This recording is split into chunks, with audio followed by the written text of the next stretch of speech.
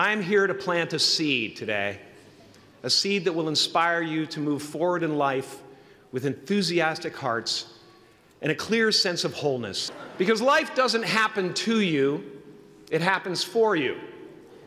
How do I know this? I don't, but I'm making sound, and that's the important thing. That's what I'm here to do.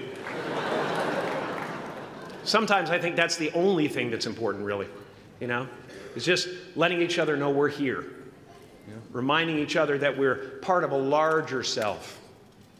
I used to think Jim Carrey is all that I was, just a flickering light, a dancing shadow, the great nothing masquerading as something you can name.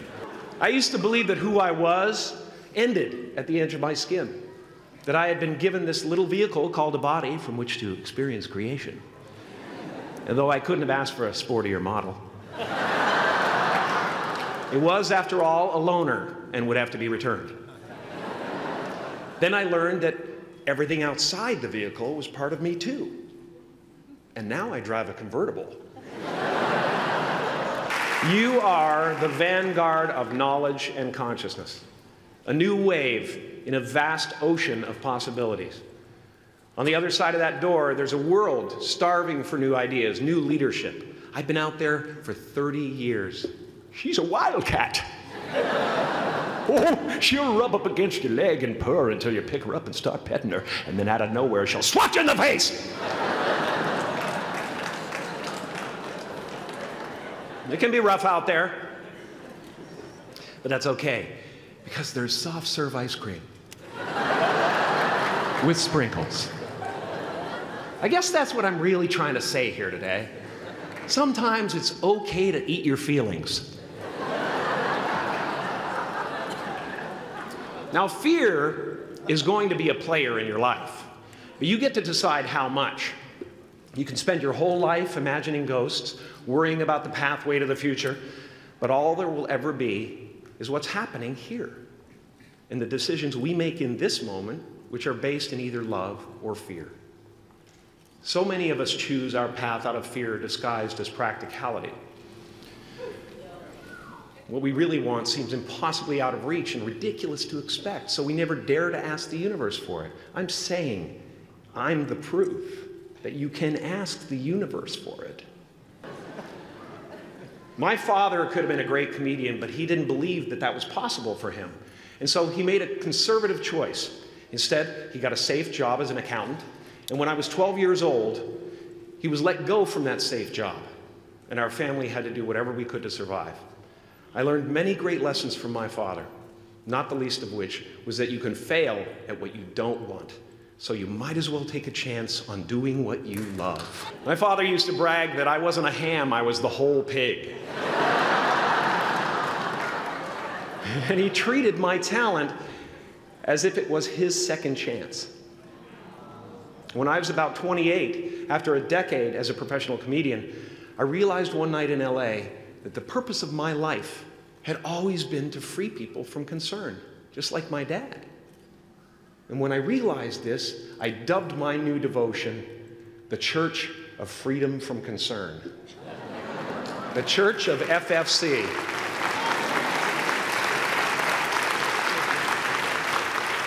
And I dedicated myself to that ministry. What's yours? How will you serve the world? What do they need that your talent can provide? That's all you have to figure out. As someone who's done what you're about to go and do, I can tell you from experience, the effect you have on others is the most valuable currency there is. Because everything you gain in life will rot and fall apart, and all that will be left of you is what was in your heart. My choosing to free people, from concern got me to the top of a mountain. Look where I am. Look what I get to do. Everywhere I go. I'm going to get emotional because when I tap into this, it really is extraordinary to me. I did something that made people present their best selves to me wherever I go. You guys are so ahead of the game. You already know who you are. And that peace that we're after lies somewhere beyond personality. beyond the perception of others, beyond invention and disguise, even beyond effort itself. You can join the game, fight the wars, play with form all you want, but to find real peace, you have to let the armor go. Your need for acceptance can make you invisible in this world. Don't let anything stand in the way of the light that shines through this form. Risk being seen in all of your glory.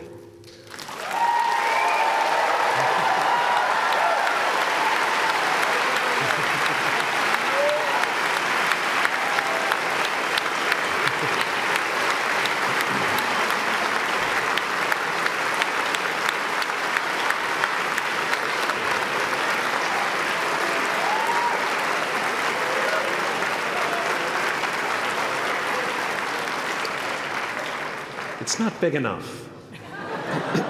This painting is big for a reason. It's called high visibility. It's about picking up the light and daring to be seen. Here's the tricky part. Everyone is attracted to the light. The party host up at the top, who thinks unconsciousness is bliss and is always offering to drink from the bottles that empty you. Misery below her.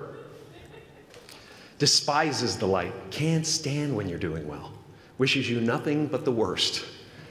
The Queen of Diamonds, under him, needs a king to build her house of cards. And the hollow one down bottom there will cling to your leg and say, please don't leave me behind, for I have abandoned myself.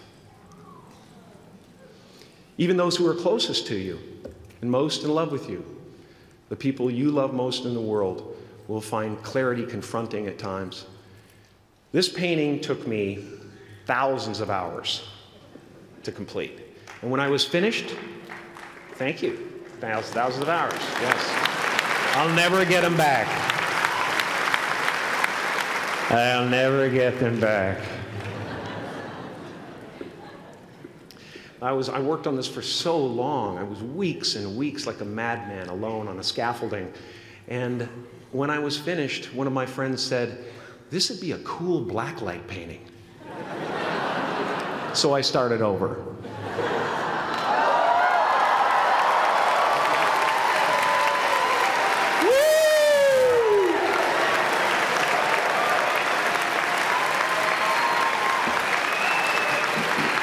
I've often said that I wished people could realize all their dreams and wealth and fame, and so that they could see that it's not where you're going to find your sense of completion. Like many of you, I was concerned about going out into the world and doing something bigger than myself, until someone smarter than myself made me realize that there is nothing bigger than myself. My soul is not contained within the limits of my body. My body is contained within the limitlessness of my soul, one unified field. And as that shift happens in you, you won't be feeling the world, you'll be felt by it. You'll be embraced by it. Now I'm always at the beginning. I have a reset button, and I ride that button constantly. Once that button is functioning in your life, there's no story that the mind could create that will be as compelling. The imagination is always manufacturing scenarios, both good and bad, and the ego tries to keep you trapped in the multiplex of the mind. Our eyes are not viewers, they're also projectors that are running a second story over the picture that we see in front of us all the time. Fear is writing that script, and the working title is, I'll Never Be Enough.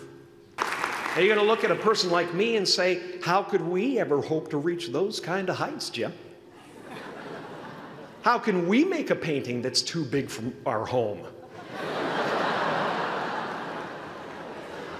How do you fly so high without a special breathing apparatus? This is the voice of the ego. And if you listen to it, there will always be someone who's doing better than you. No matter what you gain, ego will not let you rest. It will tell you that you cannot stop until you've left an indelible mark on the earth, until you've achieved immortality. Relax and dream up a good life. I had a substitute teacher from Ireland in the 2nd grade that told my class during morning prayer that when she wants something, anything at all, she prays for it and promises something in return, and she always gets what she wants.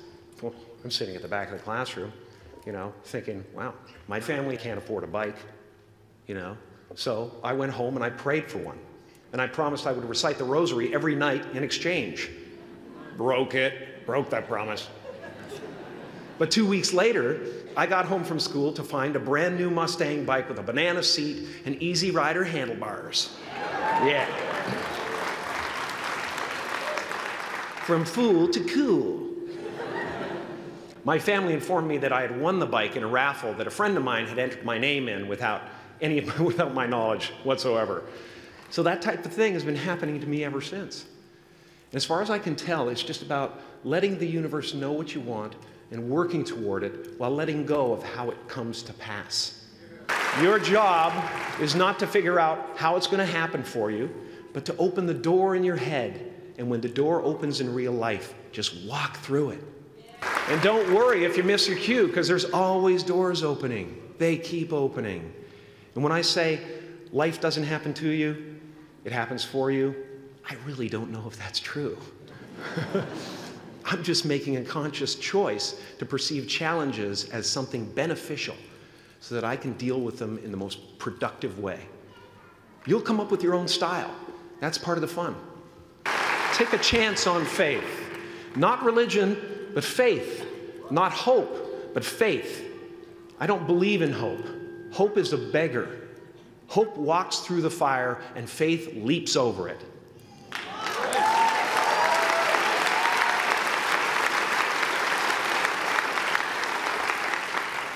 You are ready and able to do beautiful things in this world. And after you walk through those doors today, you will only ever have two choices: love or fear. Choose love, and don't ever let fear turn you against your playful heart. Thank you so much. Thank you, Gav.